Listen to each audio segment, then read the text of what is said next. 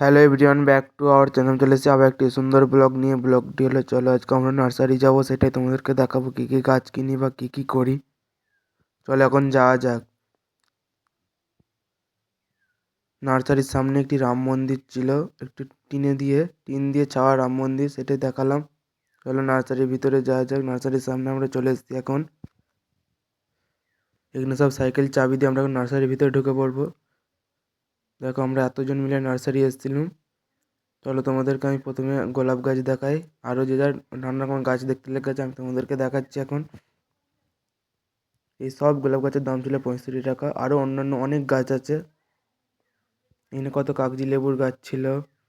এটা হলো নীলকণ্ঠ গাছ, এটা আমরা একটা নার্সারি থেকে নিয়ে এসেছি।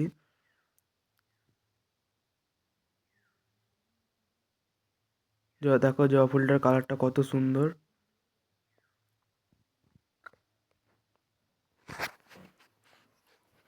এখানে প্রচুর প্রচুর গাছ ছিল, ফল গাছ ফুল গাছ সবই ছিল। দেখো কত কলা গাছ, একবারে প্রচুর কলা গাছ ছিল এখানে।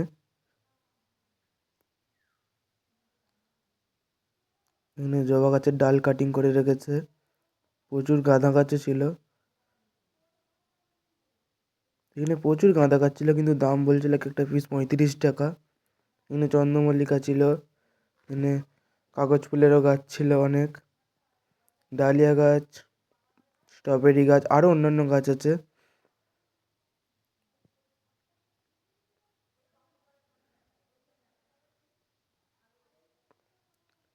এখানে ঘর সাজানোর গাছ পাওয়া যায়, ছাদ বাগানের করারও গাছ পাওয়া যায়।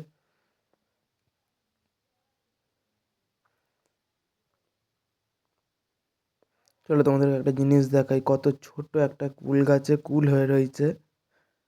দেখো কত ছোট গাছটাতে কুল হয়ে রয়েছে। বিলেতি কুলের গাছ এটা।